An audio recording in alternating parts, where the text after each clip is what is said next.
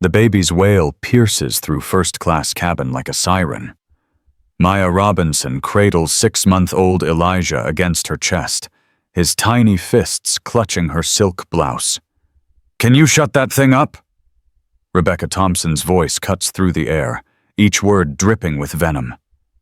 The flight attendant's perfectly manicured nails tap against her crossed arms, her blue eyes narrowing at the sight of brown skin in premium seats. Maya's jaw tightens, but her voice remains steady. "My son is hungry. I'm feeding him." She shifts Elijah higher, his cries softening as she prepares his bottle. Rebecca's heels click sharply as she approaches, towering over the seated mother.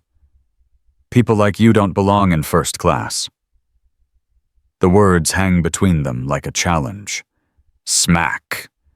The sound echoes through the cabin. Maya's head snaps sideways, her body instinctively curling to protect Elijah. Phones rise like weapons around them. Recording. Maya straightens slowly, her cheek burning red. "You just made the biggest mistake of your life." What happens when power meets prejudice at 30,000 feet? Subscribe to Black Voices now and witness justice unfold. 48 hours earlier, Maya Robinson sits in her corner office overlooking downtown Atlanta. Floor-to-ceiling windows frame the city skyline while she reviews a stack of documents thick as a phone book. Skyline Airways financial report. Third quarter reads the cover page in bold letters. Her fingers trace down columns of numbers that tell a story of systematic failure. Marcus Robinson enters through the mahogany door, his Italian suit impeccable despite the late hour. His face carries both triumph and concern as he loosens his tie. "It's done, Maya. We own Skyline Airways as of 3:27 this afternoon." His hand finds her shoulder, warmth spreading through the silk of her blouse. Maya's eyes don't leave the report. 15 discrimination lawsuits in 24 months, each one buried with settlements and silence. "They're hemorrhaging money from legal fees alone," she observes, her law degree from Harvard showing in how quickly she dissects the data. Marcus moves to the window, watching planes descend toward Hartsfield-Jackson. "That's why I need you to see it firsthand. Not as my wife, not as their new owner's spouse, just as Maya Thompson again." The name brings a bitter smile to her lips.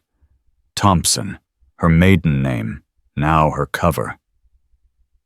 In the corner of the office, baby Elijah sleeps in his portable crib, tiny chest rising and falling in perfect rhythm. She stands, her heels clicking against marble as she approaches the crib. This is why they bought the airline. Not for profit margins or market share, but for him. For every child who deserves to exist in spaces without judgment. Marcus pulls up the booking system on his tablet. "Monday morning, flight 447 to New York. First class, seat 1A. Under Thompson?" Maya confirms, already shifting into reconnaissance mode. 10 years with the ACLU taught her how to document discrimination. 5 years running her own civil rights firm showed her how to dismantle it. "Be careful," Marcus warns, though he knows she's handled worse. The Montgomery manufacturing case flashes between them unspoken. 200 black employees wrongfully terminated, Maya securing justice for every one. She was 8 months pregnant then, arguing in federal court while Elijah kicked inside her. "I'll gather what we need for the board meeting Thursday," she promises. Monday arrives wrapped in morning fog. Maya transforms herself at home, trading her usual designer suits for worn jeans and a simple cotton t-shirt. The baby carrier straps across her chest, Elijah nestled inside. She adds a diaper bag to complete the image. Single mother traveling alone. No wedding ring. No jewelry except small studs. Marcus watches from the doorway, worry creasing his forehead. "You look like you did in law school," he says softly. young and unassuming. That's the point. People reveal their true selves when they think no one important is watching. Hartsfield-Jackson Airport buzzes with pre-dawn energy. Maya joins the security line, noting how TSA agents' eyes linger on her longer than the white families ahead. "Random screening," the agent announces, though Maya counted 5 black passengers randomly selected in 10 minutes. She complies without complaint, memorizing badge numbers and checkpoint locations. Every detail matters in discrimination cases. Her phone records video discreetly as agents rifle through Elijah's diaper bag with unnecessary thoroughness. The Skyline. Airways check-in counter provides the first real test. "First class?" The agent's eyebrows climb toward her hairline. "Are you sure this is correct?" Maya presents her ID calmly, watching the woman scan it 3 times as if hoping the ticket might change. Behind her, a white businessman approaches the adjacent counter. "Good morning, Mr. Peterson. First class as usual?" The contrast is sharp as broken glass. Maya files it away, another piece of evidence in a pattern she's documenting. Inside the first-class lounge, she becomes an island of brown in an ocean of white faces. Attendants check her credentials twice before allowing entry. She chooses a corner seat, opening her laptop to continue reviewing Skyline's employee handbook. Hidden between policies about uniform standards and customer service, she finds it. Coded language about maintaining brand standards and customer expectations. Dog whistles blown at corporate frequency. Her phone buzzes with Marcus's text. "How bad?" Her response is immediate. "Worse than we thought." Boarding begins with fanfare for first class. Maya stands, adjusting Elijah against her chest. The gate agent does a double take. "First class?" Again, the disbelief. Again, the scrutiny. Maya boards without comment, but her phone captures the agent calling someone, gesturing toward her retreating form. The jet bridge stretches before her like a tunnel between worlds, from the terminal where she's suspect to the cabin where she'll be unwelcome. Rebecca Thompson waits at the aircraft door, her smile bright until she sees Maya. The expression flickers and dies like a flame doused in water. "Welcome aboard," comes through gritted teeth.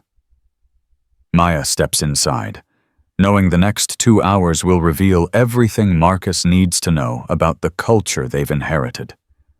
The cabin gleams with polished surfaces and leather seats, luxury designed to exclude. She finds seat 1A, settling by the window as planned. The stage is set, the players assembled. Now she waits for the performance to begin. Elijah stirs against her chest, innocent of the drama about to unfold around him.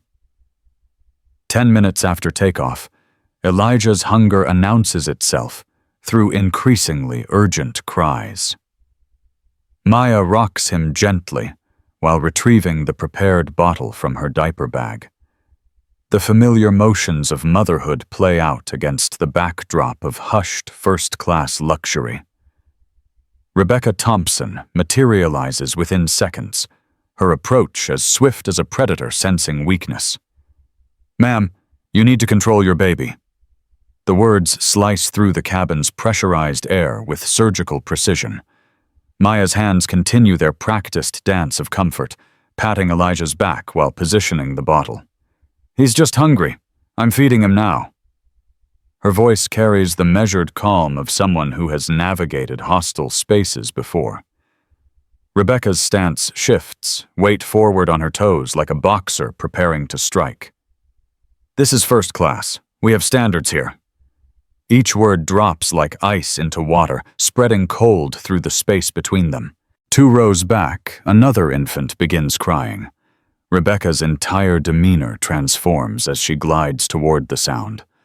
"Oh, what a beautiful baby. Is everything all right? Can I warm a bottle for you?"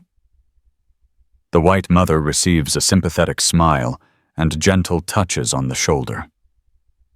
Maya observes this performance of selective compassion, while Elijah latches onto his bottle, his cries fading to contented sucking sounds. Several passengers notice the stark contrast in treatment, their eyes ping-ponging between the two interactions. Rebecca returns to Maya's row, her face hardening like concrete setting in the sun. "How did you even afford this ticket?" The question hangs between them, loaded with assumptions and accusations. Maya meets her gaze steadily. "I purchased it, like everyone else here." The simplicity of the response seems to frustrate Rebecca further. Her fingers drum against her thigh, a staccato rhythm of barely contained irritation. "People like you usually fly economy. This must be some mistake."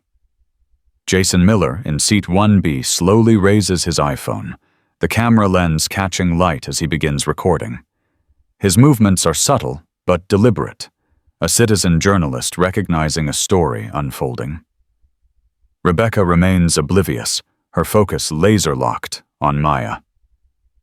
"Is there a problem with my ticket?"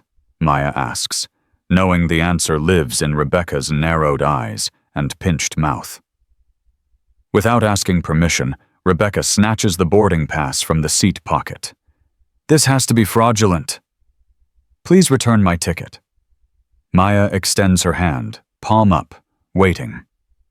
Rebecca clutches the paper like evidence of a crime. "I need to verify this with my supervisor." She pivots on her heel and strides toward the galley, leaving Maya's hand suspended in air. Elijah continues feeding peacefully, unaware his mother has just been accused of theft in everything but name. The cabin atmosphere shifts, tension crackling like static electricity before a storm. In the forward galley, Rebecca feeds the ticket through the verification scanner 3 times. Each scan confirms what she refuses to accept. The ticket is valid, purchased at full price 4 days ago. Karen Davies joins her, peering at the screen with similar disbelief. "What's wrong?" Karen's voice drops to a conspirator's whisper. Rebecca gestures toward the cabin with her chin. "A black woman with a baby in 1A. Something's not right." The words tumble out, each one revealing deeper bias. "Did you check if it's stolen?" Karen suggests, as casually as discussing the weather. Rebecca's fingers fly across the keyboard, searching for any discrepancy that might justify her suspicions. "The system says it's valid, but—" She trails off, unwilling to accept the simple truth. Karen leans closer, her breath carrying the scent of coffee and mint. "Remember what happened on Delta? They let those people in first class and 3 families complained. Property values, Rebecca. We have to maintain property values." Sarah Chen, the newest crew member, pretends to organize service items while absorbing every word. Her hands tremble slightly as she arranges napkins that don't need arranging. "Maybe we should just serve all passengers equally?" The suggestion escapes before she can stop it. Rebecca's head snaps toward her like a striking snake. "You're new. You don't understand how things work." The dismissal is complete and cutting. Sarah shrinks back but continues listening, her phone recording audio from her pocket. Rebecca returns to the cabin with renewed determination. Maya has finished feeding Elijah and now gently wipes milk from his chin with a soft cloth. The baby gurgles contentedly, one tiny hand wrapped around his mother's finger. Rebecca looms over them, still clutching the boarding pass. "I need to see another form of ID."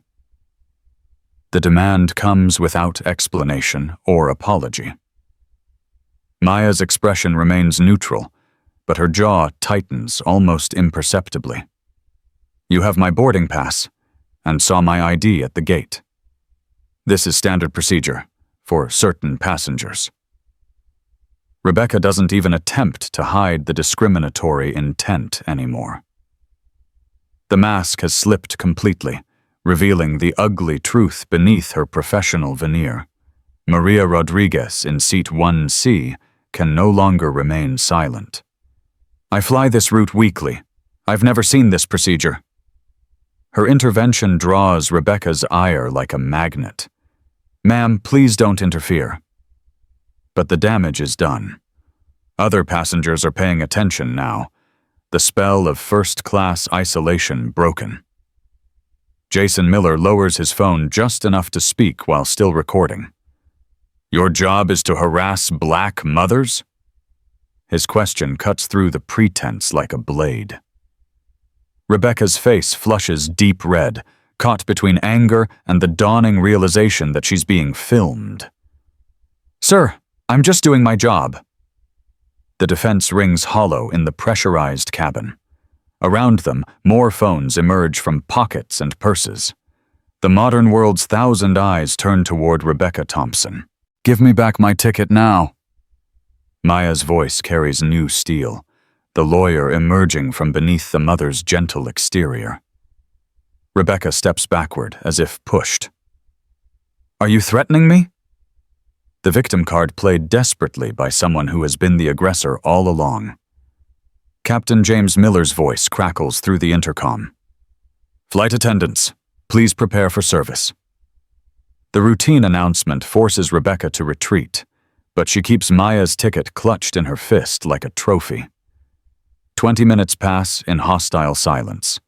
Meal service begins, but Rebecca pointedly skips Maya's seat. While serving the row behind, she speaks just loudly enough to ensure Maya hears. Real first-class passengers appreciate our premium service. The words drip with venom, disguised as professional pride. Maya documents everything on her phone, typing notes between soothing touches to Elijah's head. She sends a message to Marcus. It's worse than we thought. His response is immediate. Stay strong. Remember why we're doing this. Elijah's cries pierce the cabin again as turbulence rocks the aircraft.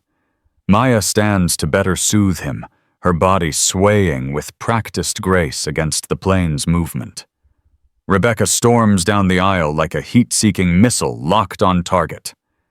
That's it! You're disturbing everyone! Her voice cracks with barely controlled rage, spittle flying with each consonant. The entire first-class cabin turns to watch, forks suspended midway to mouths. Can you shut that thing up? Rebecca's finger jabs toward Elijah, reducing him to an object, an inconvenience, anything but human. Maya's maternal instincts flare white-hot, but her voice remains ice-cold.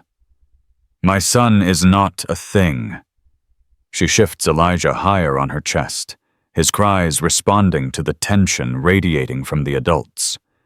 Rebecca moves closer, invading the already cramped space. People like you don't belong in first class. The words hang in the recycled air like poison gas. People like me? Maya's question forces Rebecca to define her hatred. The flight attendant's face contorts, years of coded language failing her in this moment of raw confrontation. You know exactly what I mean. This isn't your neighborhood. This isn't your welfare office. This is first class. Multiple passengers gasp at the naked racism. Jason Miller's phone captures every word in high definition while his live stream comments explode. OMG racism at 30,000 feet! This is going viral right now! The digital witnesses multiply exponentially. Captain James Miller emerges from the cockpit, his presence commanding immediate attention. 4 stripes on his shoulders carry the weight of ultimate authority in this flying kingdom. Thompson, what's happening here? His eyes take in the scene. Rebecca's aggressive stance, Maya protecting her child, phones recording from every angle. Captain, this woman is causing a disturbance with her baby. Rebecca's attempt to flip the narrative fails spectacularly. "I've been watching on the cabin camera, Thompson. That's not what I saw." The captain's words drain color from Rebecca's face like pulling a plug. She realizes too late that her performance has had an audience beyond the passengers. Her hands begin to shake, fight-or-flight chemicals flooding her system. She turns back to Maya, desperation making her reckless. "You probably scammed someone for that ticket. Your kind always does." The accusation lands like a match on gasoline. Smack! Rebecca's palm connects with Maya's cheek in a moment of pure, unfiltered hatred. The sound echoes through the pressurized cabin like a gunshot. Maya staggers but doesn't fall, her body automatically curling around Elijah to shield him. The baby's cries escalate to screams, sensing violence in the air. Time seems to stop, then explodes into chaos. "Oh my God, she hit her!" Jason Miller jumps to his feet. "That's assault!" Maria Rodriguez's voice cuts through the din. Captain Miller lunges forward, grabbing Rebecca's arm before she can strike again. "Thompson, what have you done?" His professional composure cracks, revealing genuine shock. Rebecca stares at her own hand, as if it belongs to a stranger. The magnitude of her action crashes over her like a wave. She has crossed a line that cannot be uncrossed, committed an act that cannot be uncommitted. Maya straightens slowly, dignity intact despite the red mark blooming on her cheek. "You just made the biggest mistake of your life." Maya's words carry the weight of prophecy. Rebecca attempts to salvage some bravado. "What are you going to do? Sue me? I have union protection. I have—" Maya cuts her off by pulling out her phone and dialing a number. She switches to speaker mode, ensuring everyone can hear. "Marcus, it's time."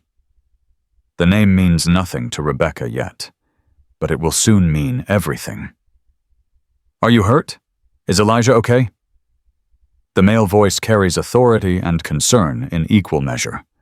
Passengers lean forward, sensing the plot is about to twist. "We're fine, but I need you to make the announcement now." Maya's eyes never leave Rebecca's increasingly pale face. "Ladies and gentlemen on Flight 447. The voice pauses for effect. Rebecca laughs nervously. "Your boyfriend can't help you now." The laugh dies in her throat as the voice continues. "This is Marcus Chen Robinson, CEO of Robinson Aviation Group. As of 48 hours ago, we are the new owners of Skyline Airways." The cabin erupts in gasps and exclamations. Rebecca's knees buckle, forcing her to grip a seat back for support. "The woman your flight attendant just assaulted is my wife, Maya Robinson, and our son, Elijah." Phones that were already recording go into overdrive, capturing Rebecca's transformation from aggressor to defendant. She was on a mission to evaluate our company culture. I'd say she found exactly what we suspected. Marcus's voice carries across the cabin like Judgment Day.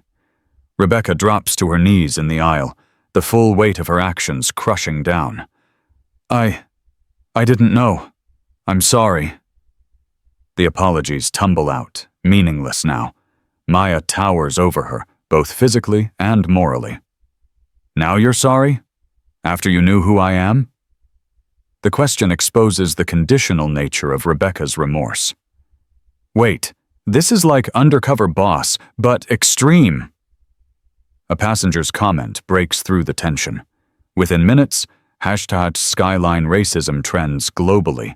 The video already has 100,000 views and climbing exponentially. Sarah Chen approaches cautiously, her young face etched with conflict. "Mrs. Robinson, I'm so sorry. I wanted to intervene, but—" Maya's expression softens slightly. "I saw you try. Thank you." The acknowledgement brings tears to Sarah's eyes.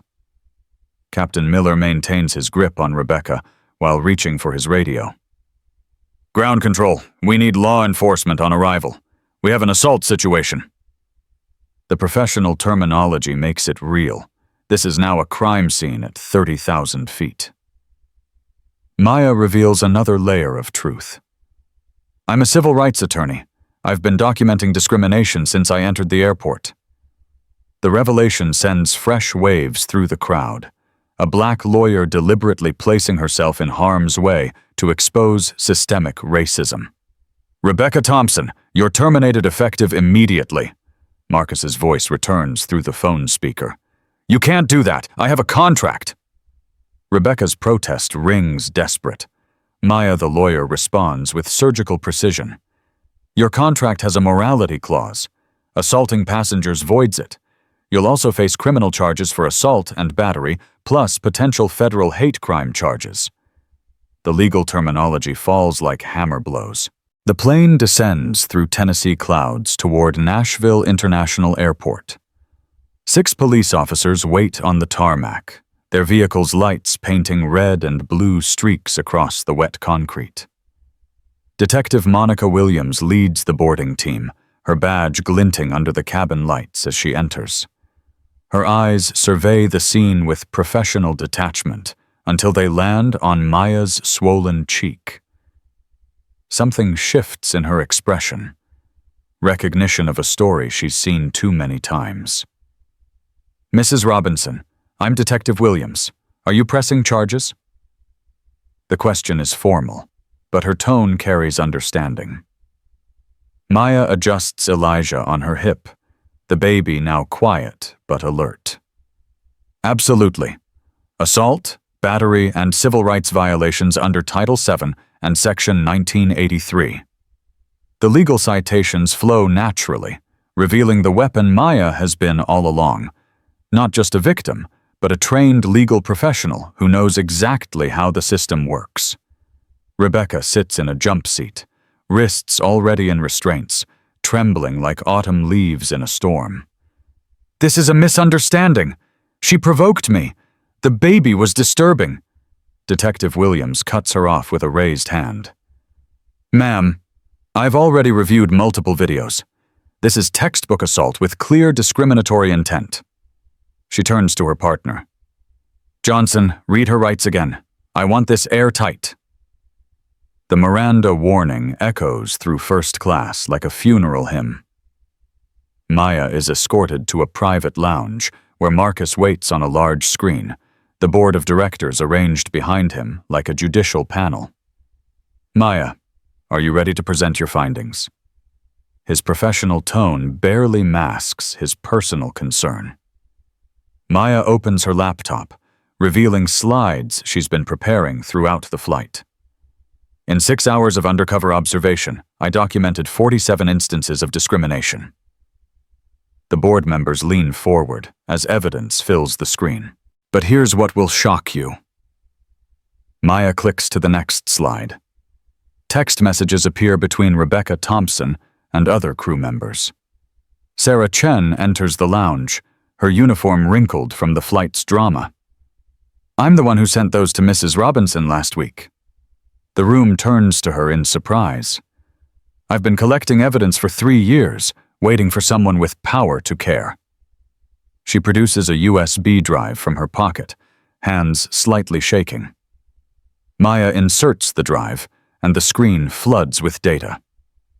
There's a WhatsApp group called First Class Gatekeepers, 73 flight attendants sharing strategies to, quote, keep undesirables out of premium cabins. Screenshots scroll past, showing rating systems for passengers based on race, discussions of acceptable reasons to deny service, celebrations when black passengers are successfully downgraded.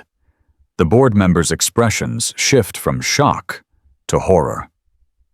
Play the audio file, Sarah. Maya's request brings new tension to the room.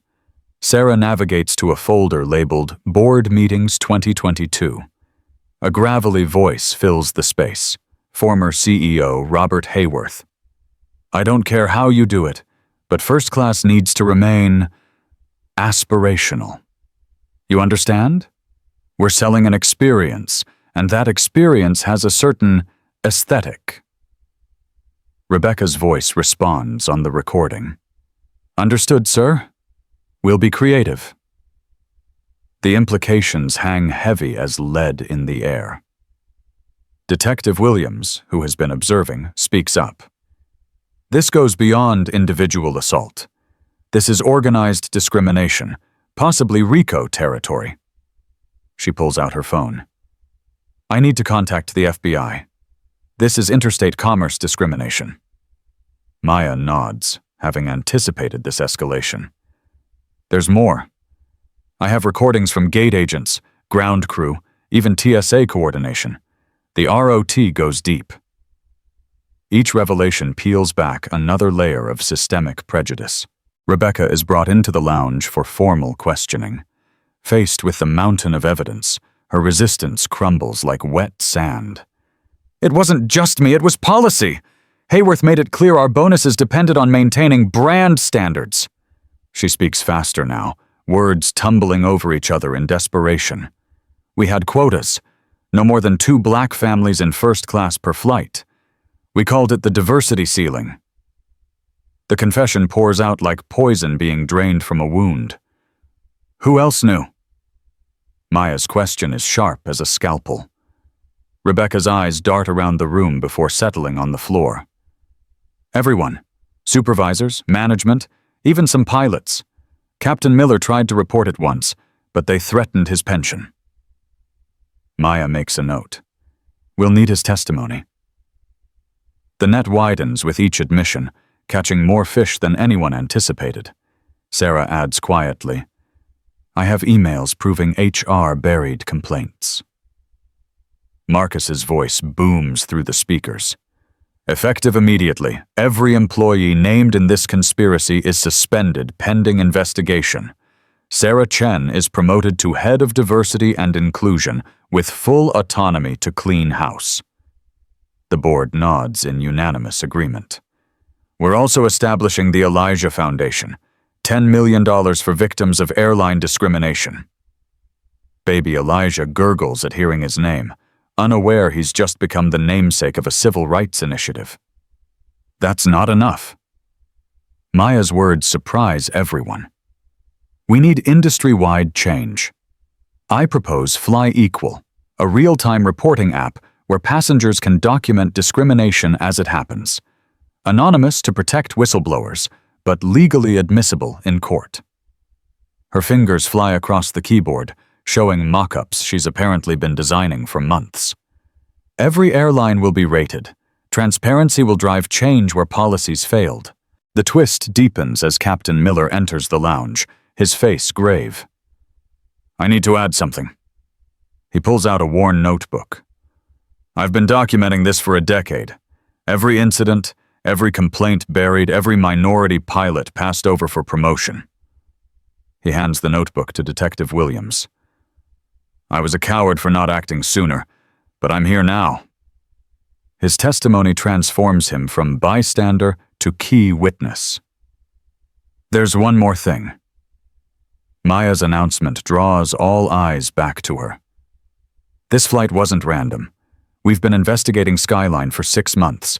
We have undercover footage from 53 flights across 20 routes. The scope of the operation stuns everyone. This wasn't just about buying an airline. This was about exposing an entire industry's dirty secret. Marcus adds, 4 other airline CEOs have already called, panicking about their own practices. Rebecca, finally understanding the complete picture, breaks down completely. How do I fix 40 years of thinking this way? The question comes out between sobs. Maya considers her carefully. You start by testifying. Full cooperation with the DOJ investigation.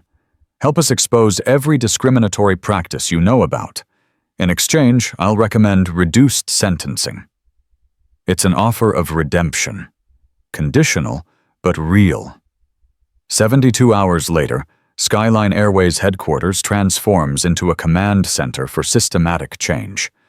3,000 employees connect via video link from break rooms across the nation, their faces reflecting uncertainty and hope in equal measure. Maya stands at the podium with Elijah balanced on her hip, his tiny hand reaching toward the microphone.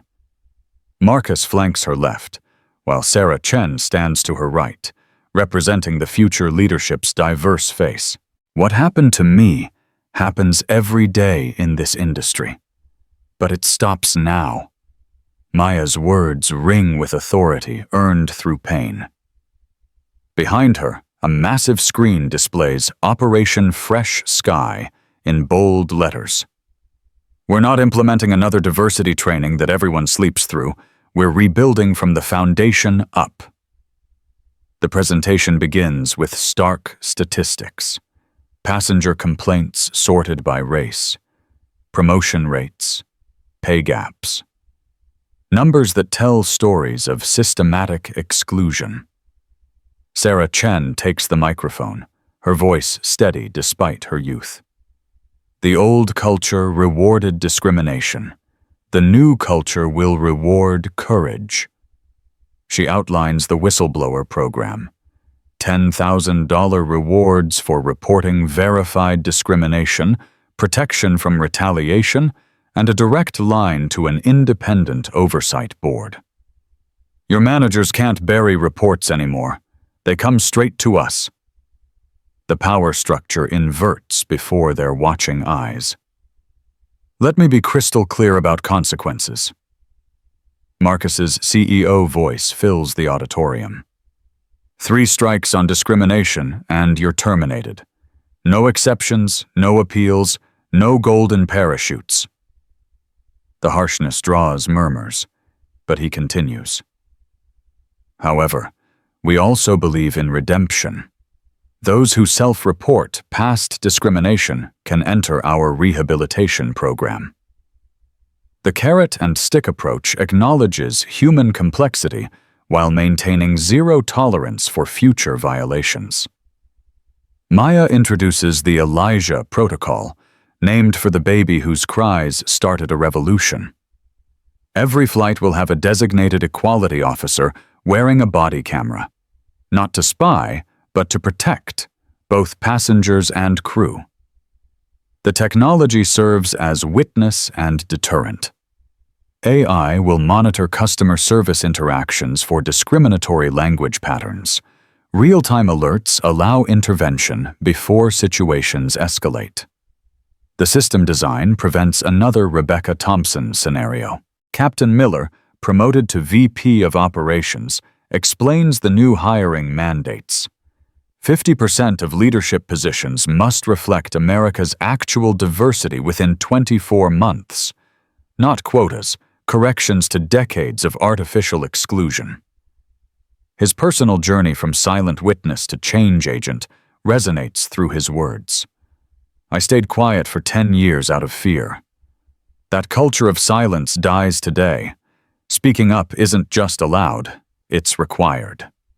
The Elijah Foundation's first initiatives roll across the screen. Free flights for low-income families visiting incarcerated relatives. Aviation scholarships specifically for students from historically excluded communities. Partnership with 20 HBCUs to create pilot pipeline programs. We're not just changing who sits in first class, Maya explains. We're changing who sits in the cockpit, who makes decisions, who owns these companies. Rebecca Thompson appears on screen from a community center where she's completing court-ordered service. Her designer uniform replaced by a simple volunteer t-shirt, she addresses her former colleagues. I was the worst of us, but I wasn't alone. The system taught me to see passengers as demographics, not people. Her testimony lacks self-pity, but carries hard truth. I'm in therapy learning to unlearn 40 years of bias. If I can change, and the jury's still out, anyone can. Karen Davies joins Rebecca on screen, another fallen gatekeeper seeking redemption. We formed a support group for recovering racists. That sounds absurd, but addiction to superiority is real. She holds up a workbook. We study the history we were never taught, sit with the pain we caused, make amends where possible. The program treats prejudice as learned behavior that can be unlearned with effort and accountability. The presentation shifts to immediate wins. In 72 hours since the incident, Skyline's customer satisfaction scores among minority passengers jumped 300%. Employee reports praise the sudden absence of toxic pressure. I can finally serve all passengers equally without fearing my supervisor, one flight attendant messages. The relief in removing discriminatory expectations surprises even skeptics. International attention brings unexpected support. The UN High Commissioner for Human Rights requests Maya as an advisor. European airlines seek consultation on implementing similar reforms. Harvard Business School rushes to create a case study titled From Discrimination to Determination: The Skyline Transformation. The American experiment in corporate justice becomes a global template. Change is hard, Maya concludes, shifting Elijah to her other hip. Staying racist is harder. It requires constant vigilance against your own humanity. She gestures to the mixed-race leadership team behind her. This is what America looks like. This is what Skyline will look like. Not because it's politically correct, but because it's profitable to include all talent, serve all customers, respect all humanity. The employee response surprises everyone. Applause starts slowly in one break room, spreads to another, builds to standing ovations across the network. Even initial resistors find themselves clapping, swept up in the possibility of working for a company they can be proud of. Comments flood the internal chat. Finally! About time! Proud to wear this uniform again! The culture shift happens in real time, witnessed by thousands. A final slide appears. Welcome to Skyline 2.0, where everyone flies first class. The slogan means more than seats. It promises dignity, respect, and belonging at 30,000 feet.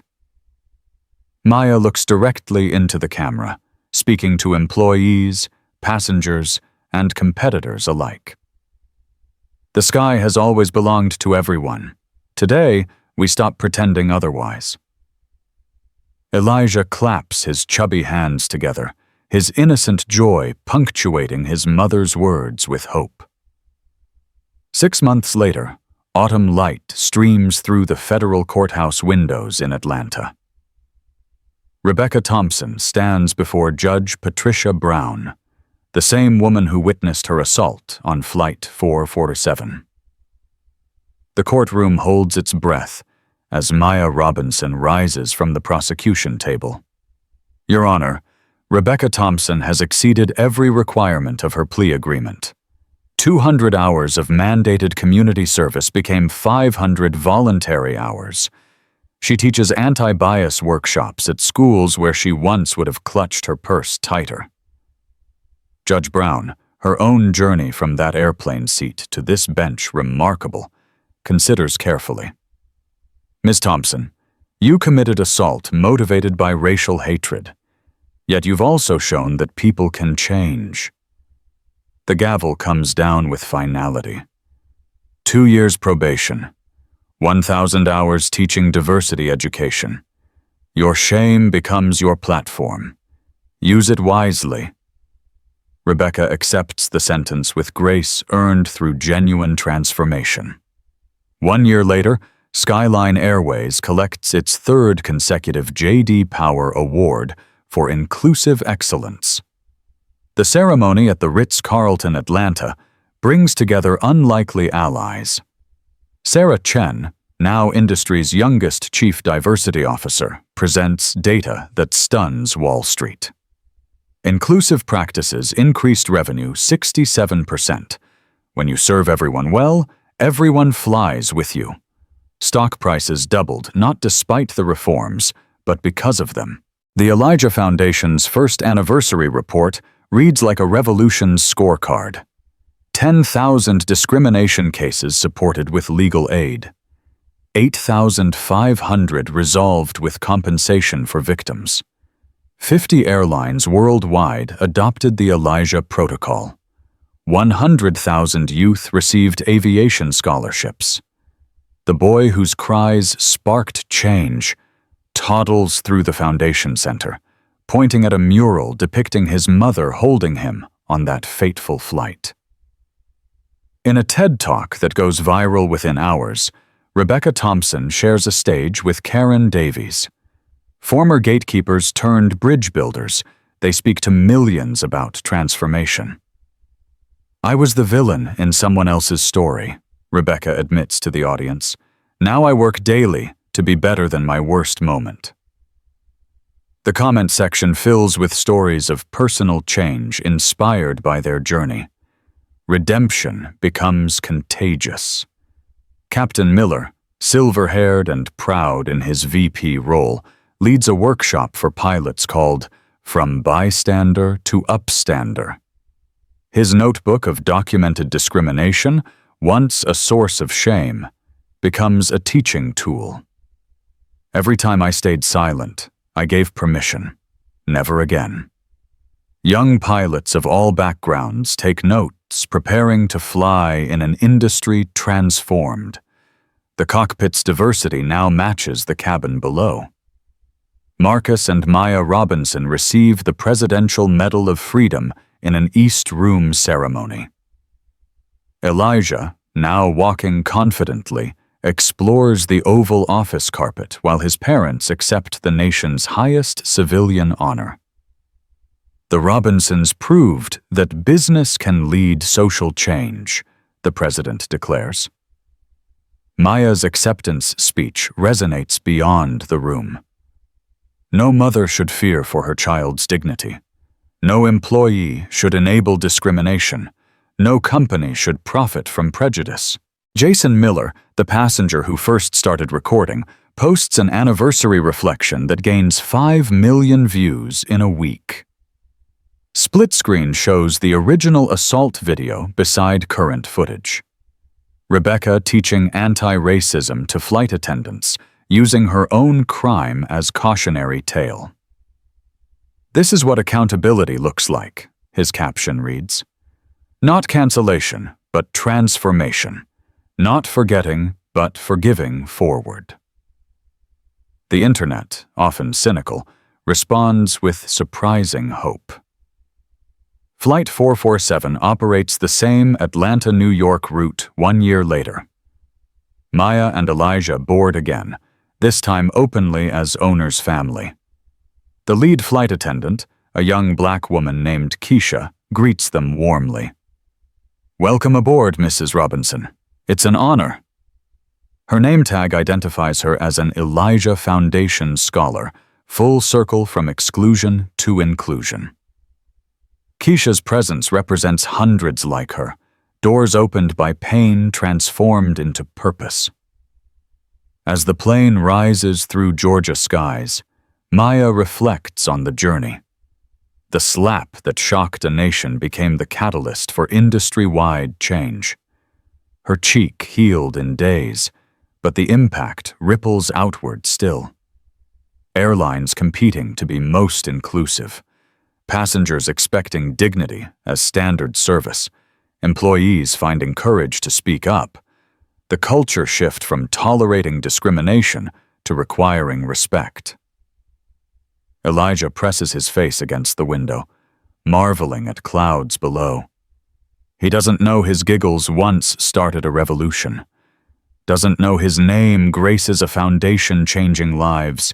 Doesn't know his mother's bruised cheek purchased his right to belong anywhere. He simply knows the joy of flight, available to all who dare to soar. His laughter fills the cabin, no longer disturbance, but music of possibility. Maya watches her son and sees the future. Not perfect, but better. Where skin color doesn't determine seat assignment. Where mothers aren't slapped for existing while black. Where companies profit from inclusion, not exclusion. The work continues daily, discrimination dismantled one flight at a time. But today, in this moment, progress has wings. The question isn't whether you'll encounter injustice. Maya speaks directly to you, the viewer. It's what you'll do when you do. Record, report, resist. Every act of courage creates change. Every voice raised lifts others. Every stand taken moves us forward. The screen fades to black with simple text. Discrimination in airlines dropped 78% nationwide. The Maya effect continues. What's your effect? This story reflects thousands of real experiences. When you witness discrimination, don't be silent. Your voice has power. Your actions matter. Subscribe to Black Voices now, where every story changes the world.